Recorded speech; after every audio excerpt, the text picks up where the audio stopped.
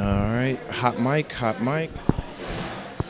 We're here. Woo wee! This is dope. This is what the future of this podcast is traveling podcast. Ooh, we good? All right, and we're back. We're back to another episode of the Hip Politics podcast. We're coming live. If for all our listeners, you hear a little background noise, I'm sorry, but we're coming live from Black Super Bowl of Black Journalists, the National Association of Black Journalists. This is their national convention. We're down here in the lovely Miami, and this podcast travels, people. Like, I'm everywhere you need to be, or you want to be, where hip hop is happening, where high level politics is happening. And NABJ is kind of legendary in the industry. Like I said, it's the Super Bowl of black media and black journalists. You got 1,000 plus everybody behind the camera and in front of the camera, all your favorite sportscasters, political pundits, people, executives, all the way down to people coming right out of college trying to break into media. We're down here in Miami, and I ran into my mans, who is also happens to be very high up and very influential right now in the political process. We've got our special guest here. But before I get to him, I just want to let you know, on the mic, this is your boy Cameron Trimble, a.k.a. Mr. Hip Politics, a.k.a. the Communicator of Color, a.k.a. Mr. DC. Unfortunately, this is another episode I'm doing without my co-host, the mayor of Capitol Hill, Michael McQuarrie. But we're coming back in studio probably for our next episode. But couldn't pass up this opportunity here to catch this busy man who's on a flight in, what did he say? You were in 3 cities in 3 days? Ooh, 3 cities, 3 days. DC, LA, Miami. It's like a Drake song. It is. I've got my man Brandon Gassaway here. He is the National Press Secretary for the DNC, for the Democratic National Committee. Brandon, yes, sir. Welcome. How you doing, man? Thank you for doing this. I'm doing well, man. It's always good to be here at NABJ with good people like you, doing the hard work. I know you're doing the hard work. So before we get into the conversation, make sure you tune in and subscribe. We're now on YouTube, the Hip Politics Podcast. You can just type in Hip Politics on YouTube. Subscribe on Stitcher, iTunes, SoundCloud, Google Play, any place, any podcasting platforms to listen, download. Please subscribe. Please comment. Trying to get these numbers up. I just found out, I was going through our analytics, we're the fastest growing podcast in Dayton, Ohio. No, Get at me, Dayton, Ohio. That's what's up. I got a lot of friends down there, and our prayers, I would be remiss to start this off without saying, like, our prayers are really down there in Dayton. Yesterday there was a lot of things going on. Obviously with the people who lost their lives, and then also to El Paso, these mass shootings, like, they've got to stop. If you saw like the front page of the USA Today, just like, we really got to do something about these guns, assault weapons, and so forth. So just our prayers are out there, but it's good that people are tuning in. They're really trying to get plugged into the political process. So just wanted to start it off with those words of condolences, and hopefully more action is coming now as opposed to just thoughts and prayers. I know there's a lot of movement now between background check bills, assault weapon bans, banning high magazines and stuff like that, and the president and even some Republicans are finally seem to really fully be on board. So too bad it took so much tragedy to make this happen, but looking forward to making that happen. But that's right. Dayton strong, El Paso strong. This is a real tough time down there, but we're gonna keep pushing and pressing to stop these types of tragedies from happening with the frequency in which they do. And however we get it done, it's important that we do it, because too many families. This week it's Dayton and El Paso. It was California. Earlier this month, it's been cities all across the country, and just folks, families, going about normal lives, going shopping in a mall, going to see a movie, going to school. These are places that should be safe in our society, and we need to do a lot more to keep our community safer. And I always want to mention this when we talk about gun violence in the context of mass shootings. Like, those are awful tragedies, but we're losing just as many folks in our streets and our cities to senseless gun violence.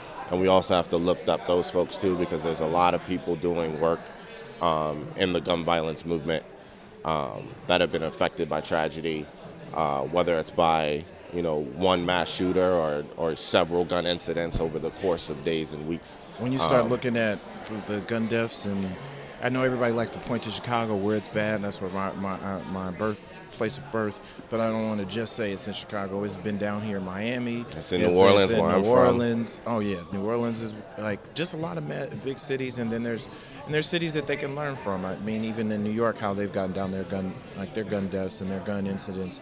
It's not perfect, but they've been able to bring those levels down, and I think there's some learnings that to be had. It's just we need some bold leaders. It's not even bold anymore. Like 97% of people want background checks. Let's just do what makes sense. What people have been wanting and demanding, and Congress just has to get out of its way, man, and pass these things that are going to make a real difference in saving lives, and letting children grow up in safer cities and safer spaces. Exactly. I know in prep, I don't know why that just came over me, and to bring that up, that wasn't one of the man, topics, it's the moment. It's the moment of the time, man. You gotta respect that. Yeah. And I know it's something that is kind of close to you, and I think it actually kind of dovetails into something we can talk about a little bit more about what, on a national level, what the DNC is doing and what candidates are doing, what different elected officials in the party is doing to really push to get some change. But before we get there, I want to talk to you. It's not lost on me. I mean, we go back to our listeners. We go back a good 6 years. Yeah, since I started on the Hill. We used to both work on Capitol Hill as communications directors, press secretaries.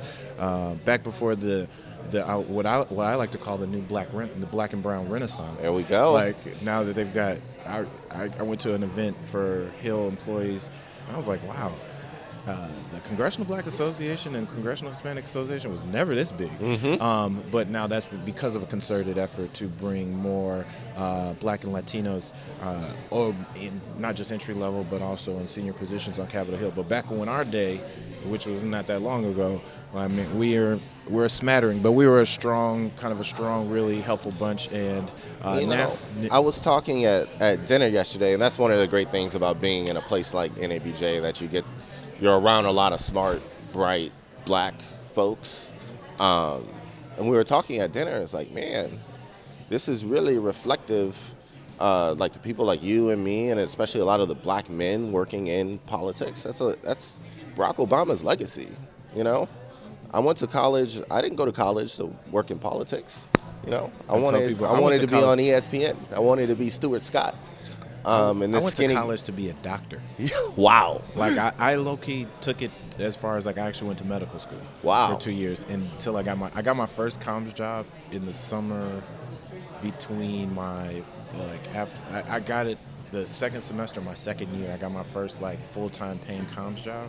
Showed my mom a check and an offer letter. I was like, this is what I'm supposed to be doing. I know this is what y'all wanted me to do. So I feel you. It's it's something very few people go into. Like if you go into it for it, you're probably not doing what we do. You're running for office, right? Maybe, or a lawyer or something. But it's I mean, but in 2007, I got inspired, and I wanted to do my part to try to make history.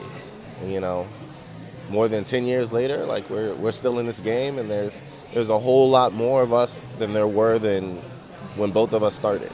Exactly. And that's a testament, I think, to the president's legacy, and I think that's a testament to folks like you, folks like a lot of people here at this convention, that passing that down, making sure that we leave a pathway to folks to follow behind us. So, the first in industries don't become the last. The first in positions and offices don't become the last. And I think that's one of the most important parts about this weekend down here in Miami that NABJ puts on every year. It's really a pipeline to continue progress in careers. Well, to that point, can you talk to us a little bit about let's work backwards on your career? Because I think you're, as you explained, you're only 30, 31? 31. 31. Doing it. at the highest level of politics and the highest level of communications nationally. And part of this podcast, as I kind of told you before, it's meant it being hip politics and being about hip hop and the hip hop generation and community. Like hip hop is something where people just kind of do things. We get the feeling, we get the understanding. I mean, we get the feeling, we get the kind of the foresight and like, hey, I'm gonna go out here and do it my way, or kind of try to figure it out. There's no two artists who came in the same way. There are no two people in the industry who got their careers the same way. But there are things that you can learn from, that artists can learn from each other and learn from people like yourself, trailblazers. There's somebody who's 21 thinking that I need to be 40 or 45 to do your job. And you're Absolutely like, no, I'm not. doing this at 31. And you got a whole nother 30 years of stuff to do after this. Yeah, hopefully there's a long career ahead. Can we work backwards on exactly what it is that the DNC press secretary does, and then maybe your last two jobs or so forth, like how you got into that? So I'll start from the beginning. Like I mentioned before, I grew up in New Orleans, Louisiana. My senior year of high school was when the storm happened, Hurricane Katrina. Had to leave home. House got like 20 feet of water. Went and stayed with aunt and uncle out in Southern California, which was an experience, going from the type of environment I was in New Orleans to the type of environment that, like, you see like on like the OC. It was a big change. So you were kind of like the first. You were kind of like the second Fresh Prince of Bel-Air. That's what they called me in high school. They're like, "Oh, Yo, you just appeared in the middle of senior year, and like you're the one black dude in the Oh sea." wow! I didn't realize it was like that. It was I know like you went to that. Pepperdine. Yeah, so But- that's how I ended up at Pepperdine because you were already out there. I was already in LA. I wanted to go to Tulane when I was in high school, but Tulane wasn't taking a freshman class that year because they had to rebuild from the storm. So I ended up going to Pepperdine. And like I mentioned before, I had gotten out of really focusing in on politics because the government failed us down in New Orleans in 2005. And that's not just the federal government. That's not just George Bush. That was the state government, the local. Everyone did. It was beyond the Kanye moment of George Bush doesn't care about black people. I know. It That's felt what like made the that military Kanye. didn't care about black people. The state government didn't care about black people. The Congress didn't care about black people. The mayor, the governor, all of that. Everybody. It was a failure at every level. And it wasn't black people, it was people.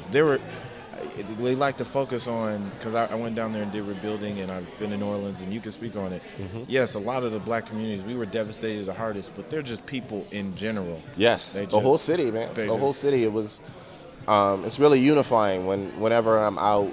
I'm all over the country now in this role, and you run into folks from New Orleans who were displaced by the storm, just like I was, and like black, white, yellow, green, purple. That connection is still there. Like we all remember like what it's like to have your life abruptly stopped and uprooted, and you got to find a way and make a way somewhere else and like fight through it because everybody feels bad for you, but eventually you got to move on and fight through. And we all have that shared experience, and it's universal. And so you left from there. You went to Pepperdine. What'd you major in? I started out as a PR major. And as I mentioned before, in 2008, when Barack Obama was running, I figured, I need to get into this politics thing. I need to do my part to see history be made. And I added a poli-sci major. I started volunteering for his campaign, knocking on doors, missing class, to be a part of something. And he won while I was still in school. I finished in 2010. And went right to work for the California Democratic Party for the midterm elections in 2010, working for Governor Jerry Brown, Lieutenant Governor at the time, Gavin Newsom, a young Attorney General named Kamala Harris was on that ticket. And then it just progressed from there. Like you start with local small races down in South LA, down in Nipsey Hussle's hood, where I got my start as an organizer. Did that for a few years and decided, hey, if you're a baseball player, you want to play in the majors. Like you want to get to the No big one aspires stadiums. to be in AA. Right. You want to be on the big No one stages. aspires to be in AA. And when you work in this game, like the major leagues is DC. So I decided, hey, I'm going to pack up everything and move from beautiful Southern California, which I miss every day, and go to freezing cold Washington, D.C. and try to make a mark That in this sounds game. like that sounds like you from the South or the West Coast, because it's not freezing. I'm from the Midwest. I grew up in Cleveland and Chicago. When it I laugh when people say that. When it gets under 40, I'm good. I am good. Like, nah, you take it. Let me go to Florida. Let me go somewhere and campaign. But I don't do the cold. So you got from that California Democratic Party inspired, knowing you needed to get to D.C. What was in you getting to D.C.? How did you? Because I want to get to what you're doing now. What was your path? Like, all right, you're in D.C. What was your path to get like your first job in politics in D.C. and how did that get to where you're at now? Right. So I moved there this summer. I believe it was the summer of 2013. No leads, no job prospects, just with a hope and a dream and that's very and some hip-hop. work hard. That's some very try hip hard. hop. That's very hip hop. I'm just doing it. I went to coffees. I would go on LinkedIn and find people with jobs I wanted to have and send them cold emails and ask them how they got there. I treated going to coffees like a job. Like I would book out my whole day. Like I got to meet 5 people today and like get 2 more people from those 5 people and keep doing it until I find an opportunity. And I was at the annual legislative ALC for CBC that summer. Speaking of which, we have a hip politics reception ALC that Thursday. So you guys are going to all of our be leaders there, support the CBC. Yeah. It's a great week. But I got connected with Virgil Miller, who was at the time chief of staff. A brother who's put both of us on. Yes, who at the time was the chief of staff for my hometown congressman, Cedric Richmond. And, I went to coffee with him. He said, hey, give me your resume. If anything pops up, I'll send it around. A couple weeks later, there was an opportunity where he had an opening for his press secretary. I had never been a press secretary. I had started out in PR in college, but then I moved more into the politics direction. But he said, hey, I have an opportunity. Are you interested? Jumped on it. Started in that office in 2014. And really learned on the job how to do this, and met brothers like you who helped me out and gave me some guidance of how to sustain and last in this game, to always look forward. I did that, so I stayed with Cedric for about 4 years. I don't want you to rush past that, because for the audience, when you see your members of Congress, and that's both the House of Representatives and the Senate, and you see anything, you see them tweeting, you see they're on Facebook, you see them at different events or popping up on national and local TV interviews, you may get a statement or something like Congressman Cedric Richmond said this in the Times-Picayune or in USA Today, where you see, especially if you see an op-ed, all those things ran through you in one way or the other. You got to make them happen. You got to make those, they're busy learning, they're busy thinking, they're busy meeting with people, they're busy trying to connect, paying attention to their constituents. Yep, in their community, both on a local level, and then they've got national. They've got a million things going on. And so when you really see especially the front-facing things, the forward-facing things that really make it to the mass amounts of people, both in their districts or in their states, but then also nationwide, I want people to kind of understand that there's a space for you in politics which you all haven't even to be political. Right. I mean, that take it back. You got to have definitely a good political mind and political instincts, but without you having to run for anything, you can have a major effect, because you could, the way you write one thing or another thing could have a massive effect. And yes, I know the congressman goes through it. He may say these things, and you kind of have to put it all together and put it out there. But as a major gatekeeper in terms of what interviews he does and doesn't do, what he does, what opportunities he accepts and doesn't accept, those are things that people need to understand that there's a lot of space in this in the game of politics to still be very cool, to still be very like really doing something impactful. So the fact that you were able to like put your mind to something of volunteering, knowing I need to get to DC. The coffee thing cannot be underrated. Yeah, because that Virgil was one. Might have been the second. He and Troy Claire, who is now who was the chief of staff for Congressman G.K. Butterfield in North Carolina, were the two first people that people put me in contact with to have coffees with when I was trying to break in the Hill like 2009. So I feel you on that. We kind of share that same connection too. But so you worked for Congressman Richmond for a little while. What's the next thing you do after that? So the next step was 2016, and I went to work for the Clinton campaign to try and elect the president. The year that will not be named. We learned a lot, didn't we? We learned a lot, yeah. We learned a lot. But I was down in Hampton Roads, Virginia,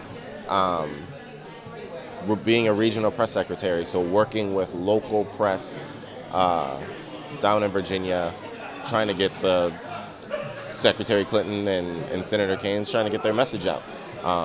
Why it's important to vote, what was at stake in the election for all different types of folks. And in Virginia, we did well, but we ultimately came up short in that race for a variety of reasons, which I think we'll get into more later when I talk about my current role. But you try to make an impression in whatever role you have. And even though we weren't successful in that role, I ended up getting a very good relationship with Senator Kane's office through that campaign. And Senator Kane was up for re-election this last cycle in 2018 and asked me to come be his press secretary for Virginia because, he saw I had an ability to run a race there, and I jumped on his team last cycle and drove and flew and sailed all around Virginia trying to get Senator Kane re-elected. We ended up winning by 16 points. Which at 16 points, I don't know if y'all realize that is like an unheard blowout. Yeah. That is in politic numbers, like 60.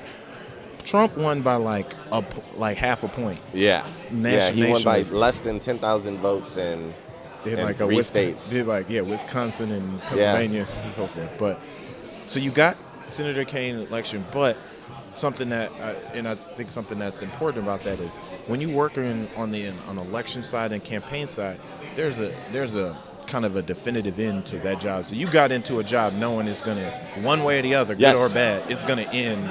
It's going to be over in November. So that's the key to this, and I think that's like a through line with hip hop. Like you're working album to album, right? Like if one album's hot and the next one isn't, like you got a problem. You know what? To that point, I was just watching one of my favorites, like my current favorites, is Young Dolph out of Memphis. So he just put out a mixtape with his artist Key Glock called Dumb and Dumber. So on their press tour, he had the great analogy. He's like, people look at rappers like sports stars, but while we are there, he's like, they don't have guaranteed contracts. Yeah. Like.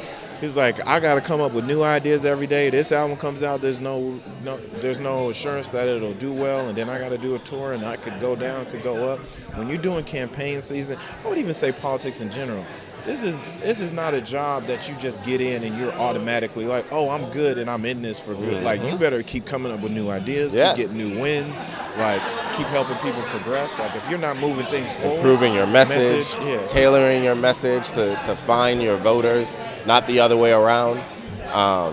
It's tough, but we were able to do that in Virginia. Mm-hmm. And then I got an opportunity with the party. Tim Kaine, former DNC chair. Got some good recommendations from folks inside the office, and got in front of Chairman Perez and his team. Was able to interview with them and talk about this current role that I have now, what my vision for it was, and how we're going to reach voters, and not just the voters that the New York Times writes about ad nauseum, but like every type of voter.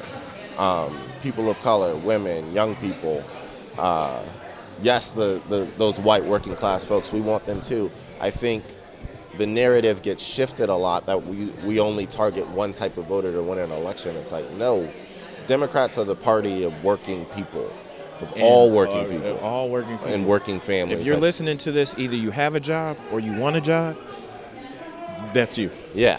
Yeah, like that's who we're fighting for. So I don't think we ever need to focus on one small demographic. Now that's also to say we don't want to take anyone for granted either. Like I have a deep understanding that black women carry our party in a lot of ways. And we got to show them respect for that. But we also got to outreach to everyone. And I think that a lot of what my job is now is making sure that we do that effectively. Got it. So now, let's fast forward to what some current politics and what's going on. You're the press secretary, so that means all press requests means communications. When you're running around. If you've seen Tom Perez, who is the chair of chair. Is it chair or executive director? Chair of the DNC, of the Democratic National Committee. He's been speaking before the different debates. Glasses, former Secretary of Labor Secretary, and DOJ Civil Rights Division. He also ran before he became Labor Secretary. He was at DOJ for a very long time. A lot of people who don't know him in politics, they're just like, who is this guy? Trust me, he's been in the game. He's been helping like unions for years. Yes, he's a very strong union labor leader, background. Deeply entrenched into the social justice and equality and the justice movement for decades. So you are responsible for, because what I see you now, like when we see each other, you're always like, if I see him, you're like maybe 50 feet off, 10 feet off, 5 feet off, a lot of times when he's traveling. But I know you're doing more than that. Like, what are some things that you're doing now with the DNC and so forth? So a lot of it is we take in media opportunities like requests and things like that, deciding, which ones can we do. Like I said before, we want to reach as broad and diverse an audience as possible. So sometimes that means doing unconventional things like, having the chair of the party go talk to the Breakfast Club. Which for now shouldn't be unconventional anymore. But it still is. How many other party chairs have gone to the Breakfast Club? None. So you made that. He did that. So like things like that, but also facilitating New York Times, Washington Post, like the legacy gatekeepers, making sure we have a good relationship with them as well. Capturing his voice. And it's not just Tom Perez's voice. We're the voice of the party. And capturing those values of what our party is and what our party represents and what we're comprised of. Capturing that voice and speaking in that voice clearly and unequivocally, so people have a very good understanding of who we are and what we stand for. And then creating opportunities for folks who want to get involved. I think a lot of our role is, if you want to get involved in politics, if you want to make a difference in your community through serving as an elected official or in government, giving you the tools and the resources to figure out how to do that, and how to talk to folks to get yourself in a position to make some change. I think I'm listening. That encompasses a lot of what we do and what our focus is. Our mission is to elect Democrats from the school board to the Oval Office. So that means you got to go everywhere. We're not just on the coast. Like we're in Tennessee, we're in Louisiana, we're in Kentucky. Places that, with the respect to like Mississippi, Louisiana, and Kentucky, like places with elections this year, where you don't think about Democrats being competitive there, but we're going to be competitive in all three of those states. And the Democratic Party wants to play a role. We saw in Alabama that it's possible to win everywhere. But I will say to the Alabama thing, they ran against Roy Moore, the things that guy was doing and is alleged doing. So I'm glad we won that. I know he's up again, so I shouldn't say, well, I am we, because I'm a Democrat. Mm-hmm. But even though this is a semi-nonpartisan podcast. Yeah, I have a hard time being nonpartisan. I'll try as hard as I can. But, No. You can be partisan. That's what you represent. Like, that's the point. I try to. This is what I'll say. It's not that I'm not partisan, because I am, because I just feel like there's one party that is both through their words and what they represent, but then also through their actual actions in terms of what kind of legislation, what kind of rhetoric, what things they're actually putting forward, and the Republicans not as much what they're putting forward, what they're not letting come to the floor. So it is that, but I do want to be fair, because I recognize that, like, hey, at the end of the day, nobody is really left, right, blue, red, Democrat, Republican. We're Americans. We're people. Like, people got real issues. They may have, like, we're in the two-party system. So yes, I ascribe to the Democratic beliefs in the party, and I'm a member of that, because I think we have kind of the best solutions. But at the first, like, we're party second or third. Like, we're people, and Americans, family people first. That's why we got involved in this. That's why we got, like, everyone has something that they care about. And one thing I've learned more and more throughout my career is that politics touches everything.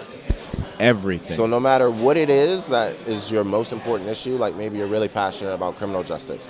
You know, we talked about gun violence earlier today. You know, how those issues shouldn't be partisan. They should be common sense. But the government is what impacts that, is going to make the laws. I mean, the people, the enforcement of that kind of sets the rules and sets the playbooks so the game can be played. And to that point, something you were bringing up a little earlier, and I wanted you to dive into, when people hear this and see this, they're thinking like, man, politicians, they all liars. Man, they not doing nothing for me on the local level. Like, what Trump, Obama ever do for me? What is the reason why Hillary, like, I'm on social, or even people who are not on social and they just not even connected to any of that.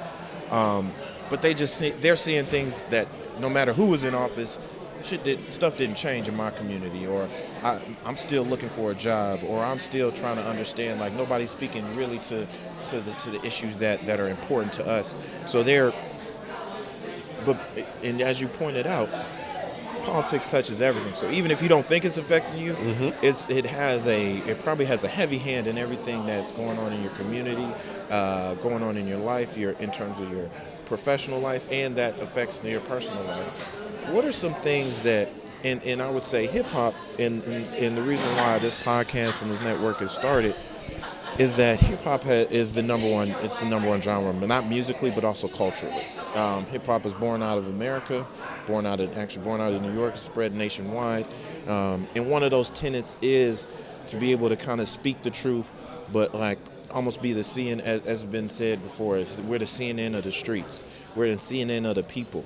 And it's a kind of that voice to a lot of different communities, both what's going good, what's going bad, kind of doing things that are aspirational, but then also giving a hardcore truth. And one of those things that why there's been a disconnect with politics is because they just want things to happen. Like, hip hop is about making shit happen.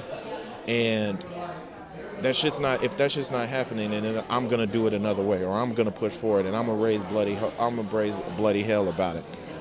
What are some things that people who listen to this, who might be disillusioned and really not feeling the political process, but they like, hey, I need things to change. What are some ways that they can get involved with? And I think Trump, most sensible people are like, yo, I'm definitely not a Republican. If being a Republican means being with Trump, I'm not with that. Mm-hmm. So this is a perfect opportunity to kind of pull in a ton of people who might not even really been on the Democratic wave either. But it's like, I know I'm not for Trump, so I'm for everything that is against whoever he's with. So this is a perfect opportunity that I feel like to even widen the net, and really get people involved in the Democratic Party, involved at the DNC, both at the local level all the way to the national level, do things that can kind of help progress that message. Right. What are some things that you, or prospects you think that people should, in terms of ways they can get involved, or on a local level, national level? I want to do something. I want to be involved in the political process and make some change happen. So, I mean, I know it sounds simple, but the most important thing you can do is vote. You know, we just had the anniversary of the Voting Rights Act a couple days ago, and people fought and bled and died for this right to vote. You know, my grandmother is in her mid-90s. And I grew up hearing the stories of, you know, they said you got to count the bubbles in a bar of soap and guess the number of jelly beans in a jar and to be able to exercise that right. And I also want to impart on folks that don't look at voting as like an endorsement of a person or a party. A vote is leverage.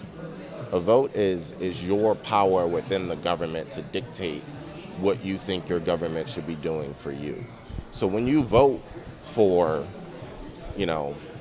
X candidate, and if they win their election, they work for you.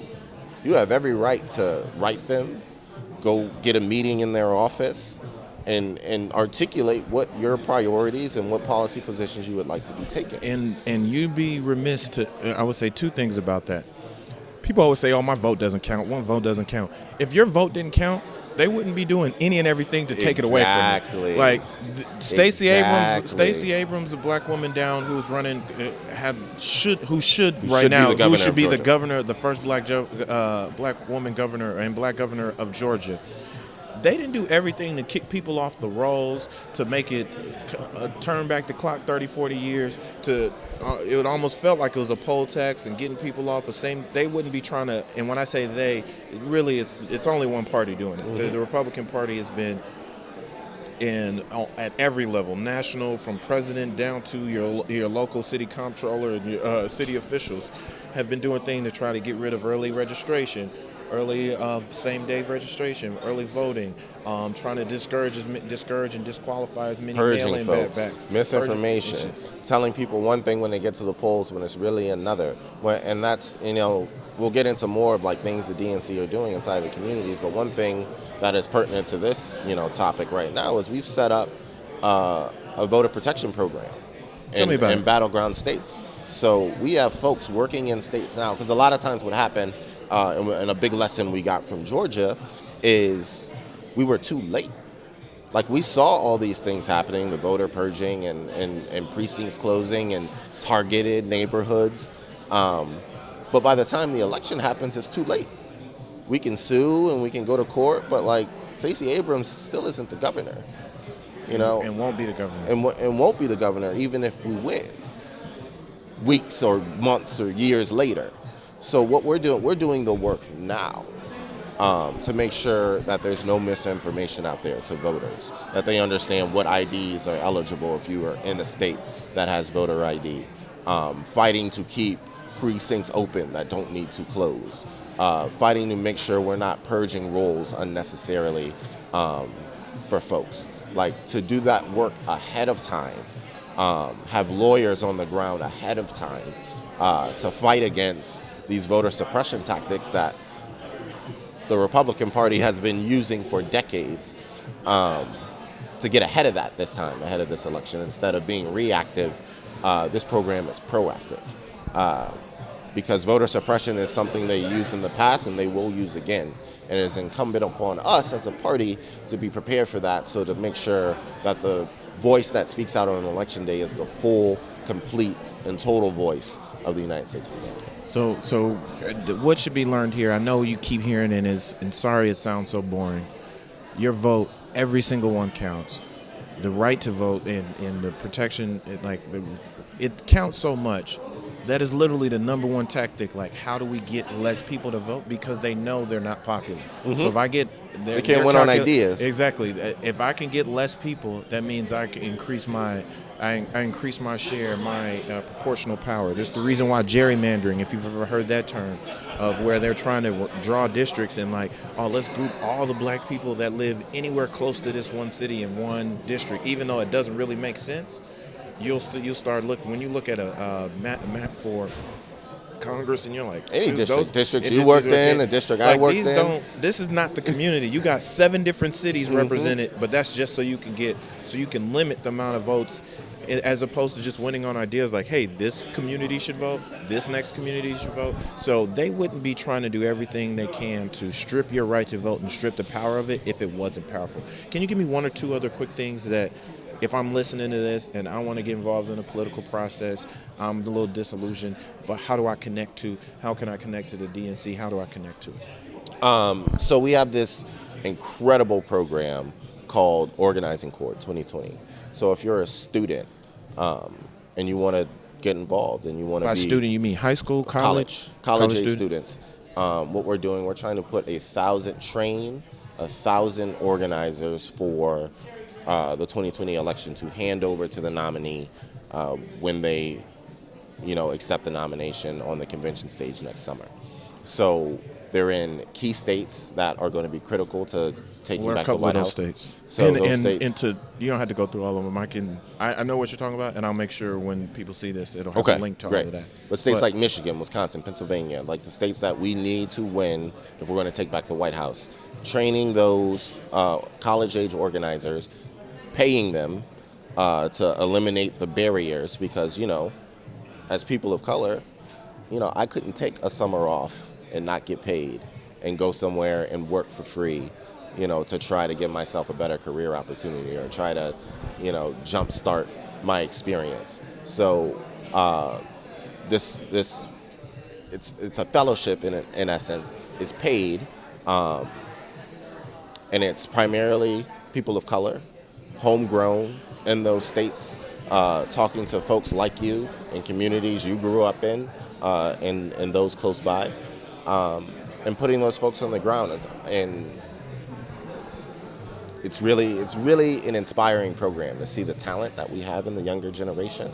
Organizing 2020? Organizing Core 2020. Organizing Core 2020. I'll make sure I put the link on our Facebook, and I'll put it up on Twitter and IG so people can connect to that. And what's one other quick thing that people could? One other cool thing with my colleague actually runs, who you spoke to, Wakenya, has an initiative called She was the first guest for 2019. Seat at the Table. Ooh, and yes. I'm sure, did she talk about that on her? She didn't talk about it, but in another that's life. That's my job. Well, Kenya is incredible, but you're the mouthpiece. She needs me around to brag about Wakenya because she's not going to brag about her own work.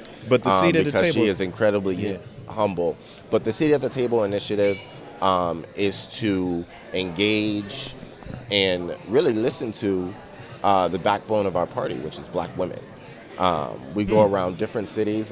This year we've focused on the debate cities. So we've been in Detroit, we've been here in Miami, where we get Black women activists, organizers who are doing the hard work in their own communities to lift up that work for the party itself to listen to and see how we can better support you and give you resources to do that. And this year actually launched a grant program for Seat at the Table to give more tools and resources to those folks who are already there doing the work, who we don't have to teach anything, who, as a matter of fact, we have a lot to learn from, who are already, doing the work. Tiffany this is the great part about being at NABJ is that there's also folks like Tiffany Cross that just walk past of the Beat DC. Of the Beat DC, which I read every day, which all of you should read every day and subscribe. Is an incredible resource of what is going on inside the Beltway with people of color specifically. A lot of stories that don't get told. But so Seat at the Table. Seat at the Table is geared towards Black women to engage and empower them to be voices within our party and within our communities. And that is work that the DNC is sponsoring, that is run by Wakenya. That is incredible, and it's going to make a huge difference for us. Because we don't want to take anyone for granted, but specifically the folks that have been loyal and consistent and kept the conscience of our party on the straight and narrow. We want to make sure we are lifting up those folks so we can continue to be successful in the future. Well, as we come to a little bit of a close, there's before I get into your top 5, because you're not getting away without giving me that. So I hope it's not something you shouldn't have to think about. You should know and feel. Oh, I know before my top we get 5. there, it's just I have some opinions that may be unpopular. Hey, man, it's your top 5. It's what you listening to. But before we get there, bro, like I said, you got a very hip hop story in the sense of like how you got into this and how you're moving around in this, and we connect to that. We're obviously major influences there. Like I've seen you next to Juvenile and Manny Fresh with Congressman Richmond. You represented in one of the most hip hop. It's like a child of hip hop is. There's several children of hip hop in Congress right now. You were next to one of them. I'm definitely a child and a student. And a student. something that, like, we got a powerful community. Like the average DJ such and such and little whoever got 20 times more followers on social media, maybe even 100 times more followers when you start talking about people in the millions, and you got ultra powerful elected officials in the tens of thousands, maybe 100,000 if they're lucky. Those are the people who are considered stars on social. They may have good email groups, but then you talking about the marketing and the reach and the cultural impact. People aren't looking up to their average mayor or their average city council person, school board member, or even senator or congressperson and saying, like, I want to dress like them, I want to talk like them, I want to do what they're saying, I want to buy what they're selling. If they don't trust those voices, but they trust hip hop, like they trust artists, they trust the culture. What can the culture, and by the culture I mean both artists, people who are working and behind the scenes, and then just people who are consumers and students in the culture, what do you think the prospect of the culture is to really make some political change things both on a national and a local level? Like, what are some things that you think that, like, hip-hop can do to really change, like I said, change the game and change the political game? So I think one thing that's critical is, and I can talk about why I love hip-hop, and I think it's universal among a lot of hip-hop fans and the people who listen to the music and live the lifestyle, is that it's representative of us. Like, Lil Wayne is not just an artist, he is New Orleans. Like, I would go out, when I lived in LA right after the storm, I probably listened to every Lil Wayne mixtape that dropped, because that was home.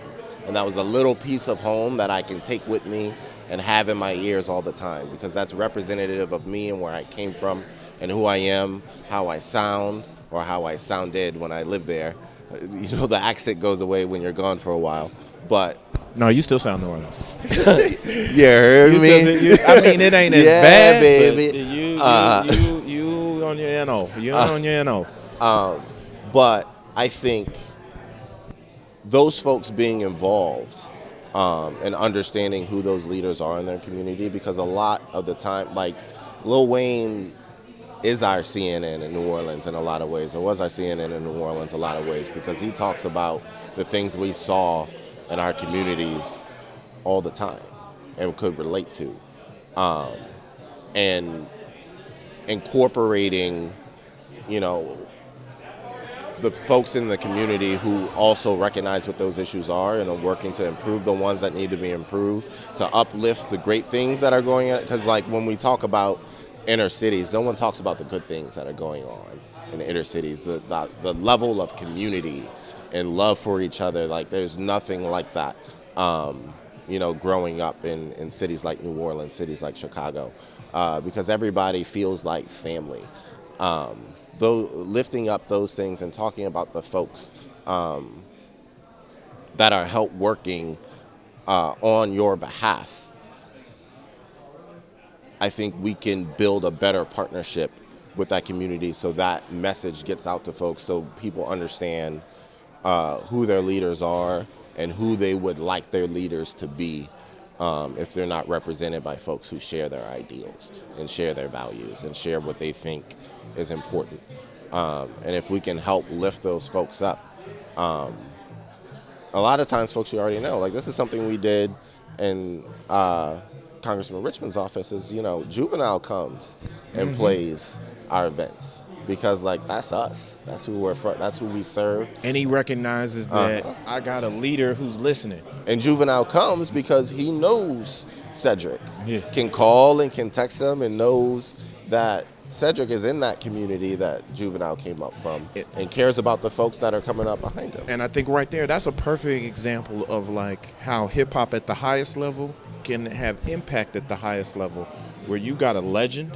Back that ass up. 400 Degrees. One of the greatest singles of all time. Of all time. Hip-hop, it's probably in the top 20 of all hip-hop songs that ever came out. He and Manny Fresh as well. They have a relationship, a text, call, walk up, we can talk real issues with one of the most powerful political leaders in the state, but really in the country. I mean, he was the former chair of the Congressional Black Caucus. Yeah. So if there's something that's happening on a local level, national level that they're hearing because they've got way more fans on social, hip hop is everywhere, so they're touring Yeah. 200-300 days out of the year. They're touching cities, towns, not just big cities. They're going to small towns, rural areas, concerts, meet and greets, campuses, schools, high school, grade schools, colleges. They're touching the country, and their fans are giving them feedback. And if it doesn't reach the artist, it's reaching the people around artists. So, and that reaches the artist. So they are the CNN of the streets. They understand what's really going on the street level. And if they don't, like, he doesn't see something like, you know what? Let me call Cedric. Let me call Congressman Richmond, who, even if this is not his jurisdiction and what he can do, now he's influenced. I can go talk to the school board. I can go talk to the governor. I could go talk to the city council, the alderman, the parish leader. Any of these things, I could talk to them and at least raise that awareness and get issues right there. So hip hop, if you're listening, artists, if you're listening, managers, people, if there's stuff that you want to have an impact on, you, because of your clout and how many, because you know what they see, they go on your social and like, you got 1.2 million followers. Hold up, you go on your Twitter and you got 500,000, 2 million followers. Oh, if you say anything wrong, I might not get elected. Yeah. I might not get reelected. Yeah. I might lose out on campaign funds. I might lose out on real votes, even though I know all those voters aren't here.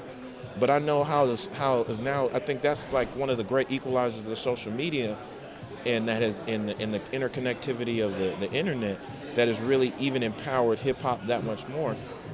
We can truly make change by raising holy heck. Like, yeah, you know, everybody has a voice. Everybody has a voice, and they've got big and voices. our job is to serve you, the constituent.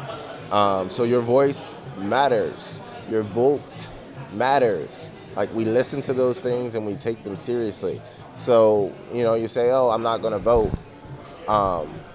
That's when they stop caring about you. Like the more we say we're not voting, the more it's like, all right, good. I don't have to worry about whatever you're you're not going about. to affect my election because you're not participating. Like, that's the real, you know, consequence of not voting, is that you're not a part of the calculus that gets made when decisions are being made. Everything from... So we need to be at the table. We need to be heard, and we need to hold folks accountable once we elect these folks. Yes, you told me this before, so I'm expecting that to happen. Where are the it? Receipts? And believe me, and if I don't see the receipts, we're going to get somebody else in there who can do it. That's how our democracy is designed to work. It is for us. These folks work for us. So we need to treat our vote as that type of responsibility, because it's really in our hands. Well, thank you. We're going to end out on how we end every podcast, but thank you. I learned a lot. I learned more about your history, and like I said, we've been friends for years, and learned a little more. I'm super proud of the work you're doing. That doesn't mean like you get to stop. Not at all. We got a long way to go. Long way to go. The election's in a year. This, like you said, the DNC is not, while the presidential side and the debates. Can you real quick before we get off of this, talk about, you're not involved in the debates. The DNC is not endorsing because that's what people see it through the lens of like. So we're involved in the debates and the primary, but you think of us like a concierge for the party. Oh, I want to hear this. So hear this analogy. We work with the networks to put the debates on. We work with the state parties to set up the primaries and caucuses in which folks actually go to vote. We, do all the legwork and groundwork for convention. So when we have a nominee, that they have a moment on stage where the party unifies behind them and we launch the campaign. We have something called the DNC War Room, where we have accumulated the most research and data on the Trump administration and his policies that affect real people in local areas, and following the broken promises of his administration. Like, you remember this in 2016. He went around places like Grand Rapids, Michigan, and saying, oh, there's never going to be a plant closure under my administration. But, just a week or two ago at the debates, right after the debates, a plant closed in Warren, Michigan. And that devastates Yeah. multiple cities and communities. But that was a lie It was told a- by the yeah. president. Oh, I'm bringing back coal. Yes, but no, like those But no. things haven't happened. So that's something And we're they're not doing at the happening. They're not DNC. going to happen. So yeah. Yeah, that's something we're doing at the DNC to make sure our nominee has everything he or she I think it's going to be a she this year. needs That's personal. to beat this guy in 2020. We're infrastructure builders. We're like I said, the concierge. We're here to do all of the little logistical things necessary so all of our candidates could focus on sharing their vision with the country, so we end up with the best nominee at the end that the voters choose, and we can help get out to a running start. Because like we all know, Donald Trump's been running for re-election since the day he was inaugurated. Like, he has a head start. And he's been so bold as to say it. Yeah. That's something that presidents didn't used to do, but he's been running his campaign since his inauguration day. So we got to make sure we're not behind once we have our nominee. So that's what we do in our building. That's our focus, to make sure, our nominee, yes, but Democrats everywhere have the resources and tool and the infrastructure they need to win elections up and down the ballot. Great. And over the course of the podcast, we'll continue to interview a lot of people throughout, not just the DNC or RNC and political parties, but in that infrastructure. That was why it was so important to bring you on today. Top 5 dead or alive. Top 5. As a, like you said, you just said, I'm a child and a student of hip hop. Like, you hooked me up to get my first picture with Juvenile. So yes, sir. I know how ingrained it is. We've had these off mic conversations about stuff that had nothing to do with politics, and I would even say you probably getting to meet a few different artists in a few different ways. Like you said, you're responsible for getting politics touches everything. Perez on the Breakfast Club, and you recognizing like, hey, this is a medium and a forum that speaks to an audience, into a generation of people that we need to be connected to. So I know this is highly ingrained in who you are.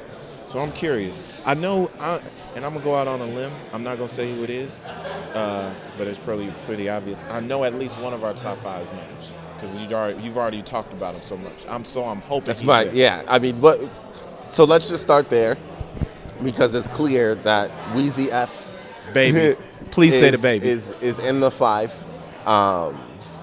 And that's, you can call it bias, you call it whatever you want, but Wayne, that ain't no bias. we can stack up Wayne's yeah, catalog to anyone. And you got to think about, Wayne's been doing this since he was, 14 years old? 13, 14 years old. He's been in the game for a really long time. And well over 20 years. Yeah, has an extensive body of work that I think stacks up to anybody ever in the game. Hundreds of chart toppers. He redefined the mixtape game twice. Like, he did it on the commercial side. He's had runs of features. He's had solo songs. He's had some of the most outrageous analogies and metaphors and similes. I would dare to say Lil Wayne, I continue to argue, him or Jay-Z to me is also the smartest rapper alive. I know Lil Wayne doesn't present that way. If you look and see his hair and the face tattoos and the icy grill and like his draw. Yeah, he's so New Orleans, my guy. But if you hear his analogies and the things he said, I'm like, dude, he's genius level wordplay and understanding, because he understands. He's not like he's saying stuff that doesn't make sense. It's just wow, like, I'm not thinking to put these types of and words his together. Longevity in the game, like, to be in the game that long and still putting out music at a high level. Like Carter 5 just dropped last year, and I'm still bumping that. There's not a lot of people who have done that. Yeah. All right, so we got Lil Wayne. So Wayne, Andre 3K. Okay. Andre 3K does not have a bad... Singular. Are you talking about singular or as a Outkast? rapper? Oh, him just Andre 3000. Andre 3K does not have a bad verse on Wax. Any Andre 3K verse goes hard, and I challenge you to find a bad 3K verse. They're all fire. Black Thought. Ooh, first one I've heard, but boy, has Black he been Thought. it. Just the lyrics. like just what he's spitting in his Black ability Black Thought also as a freestyle art. Like, come on, now that's. Did you see that Funkmaster Flex freestyle he absolutely. did about a year ago? Like, Absolutely. for like 10, 20 minutes or however long it was, but he Not just a lot was of people going can do that. through Black Thought of the Roots is there, or you may see him on the Tonight Show. He's like one of the on-air hosts, but he's not known as Black Thought. But Black Thought, and he's been doing it 25 years, maybe close to 30 at this point, and still he just dropped it. He dropped the album earlier this year. Yeah. Heat, all heat. Check it out. So I got 3. Number 3. So that was number 3. Number 4 is Pac, of course. Tupac. All right. Pac, of course. No argument there. The eloquent gangster, thug life, the thug life poet. Very, very influential music. And as someone with that has some West Coast, a lot of West Coast in them at this point, I gotta make sure we pay respect there, and things Pac were saying, 10, 20 years ago are still relevant now. Like Pac's music is still relevant today, so I have to include him. And then my number 5 is the Jigga Man. I was about to say, even I know you're not East Coast at all, I've been feeling some type of way when people don't even if he's not in your top 5, he's at least references like, hey, I know, I just recognize the greatness. But I get it. It's Thank the you. Jigga Man. Jay-Z. All right, so we share 2. Tupac was he's in my top 10. Okay. He's slowly. So you don't have any West Coast in your top 5? Yeah. Who's from the West Coast? SNOOP. Okay. SNOO. Okay, I can get with that. And then there's also. I still take Pac, but and like then Snoop is a godfather. This is a weird thing. When people say, what's your top 5? Are you saying top 5 best, top 5 greatest, or top 5 Well, that's personal. That's a personal question. Top 5 personal. And so if I got a top 8 that the only 2 who never have come out of my top 5 ever is Jay-Z and Lil Wayne. And I would almost say Biggie. Sometimes I leave off Biggie and I'll put in a Tupac. Biggie doesn't make my cut. I got a lot of respect for Biggie's music and love Biggie's music. Just don't have enough. Like everything he has is heat, but like the catalog isn't as extensive, and that's no fault. I mean, he got taken from us too early. But the fact that he's mentioned shows you, to me, I always argue that the fact that he is almost there or is there shows you how hot his heat was. Yeah, and I want to make sure I have 2 Southern rappers in my top 5 because I think the South gets overlooked in hip hop a lot. South got something to say, and we got fire down there, man. Is in the words of Andre 3000, South got something to say. Absolutely. Well, that was a cool top 5. We got Lil Wayne, Black Thought, Andre 3K, Jay-Z, and Jay-Z, Andre 3K, Pac, and Tupac. All right, that's a solid top 5. I give you that. We're gonna maybe link. Student of the game, man. Yeah, student of the game. Well, Brandon Gassaway, National Press Secretary of the DNC, Democratic National Committee, friend and a colleague. I want to thank you. I know there's some. I wish. I'm gonna make when we end this. I'm just gonna wrap around the audience and wrap around this lobby. It's so lavish and extravagant. We're over in a corner. We got major ESPN, Yahoo News, Fox News reporters and sports reporters, and we're like, it's kind of, this is a hard thing to pull off for an hour. Like we went a little longer. Great conversation. But in the midst of all the things that are going on here, to some great folks that walking by. So it is not lost to me for you to take your time out of doing this. I appreciate it. Thanks for supporting the movement. Thanks for doing what you're doing. Continue to do what you're doing. Stay true to those values. Like, we really need to get this message out there. Thank you to the listeners. I don't know if there's anything you wanted to plug or promote or have people sign up in closing.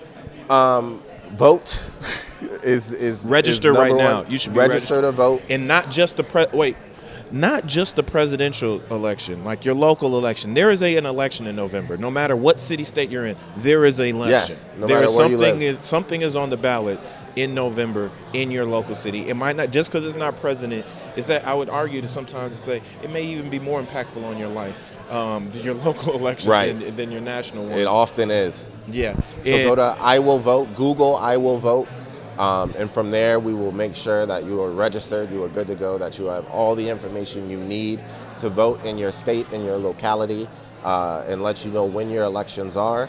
Let's get it, man. Let's make the America we want it to be. Reflective. All right. Well, thank you. Make sure you follow us at Hip Politics Podcast. We're on Instagram. We got a Facebook page. We're under the Hip Politics News Network, which also has on Instagram and Twitter. You can follow me, Mr. Cameron, at Mr. Cameron Calvin, across everything on social. Can people follow you? I don't know if you got public or private. Twitter, Brandon BG _, BRANDON BG _ is the Twitter handle. That's interesting. Anyways, I'm gonna talk about you afterwards. Like, come on. We know underscores and dashes and dots do not need to be in your name, but that's just a personal thing I'd like to say as a communication okay, expert. we'll check that out. Brandon BG _ that's just on Twitter. On Twitter. Okay. And what's the DNC's handle? The DNC is The Democrats, at The Democrats on Twitter. And Insta. And Instagram. Yep. Okay. Well, thank you. This is another episode of the Hip Politics Podcast, a special edition coming live from Miami in the hotel of the Super Swanky JDW Marriott. I just gave them some free shout out and promo. At the NABJ, National Association of Black Journalists Conference, again, special edition with my man Brandon Gassaway. Thank you for listening, and make sure you tell a friend, tell a colleague. Please share and comment. Last thing, some really good music that just came out. It's some really good music, so check out some of these new albums. We'll do our next one is going to be an album review. So I appreciate you listening to the Hip Politics Podcast. It's your boy Cam the Connector, and we're out. Peace.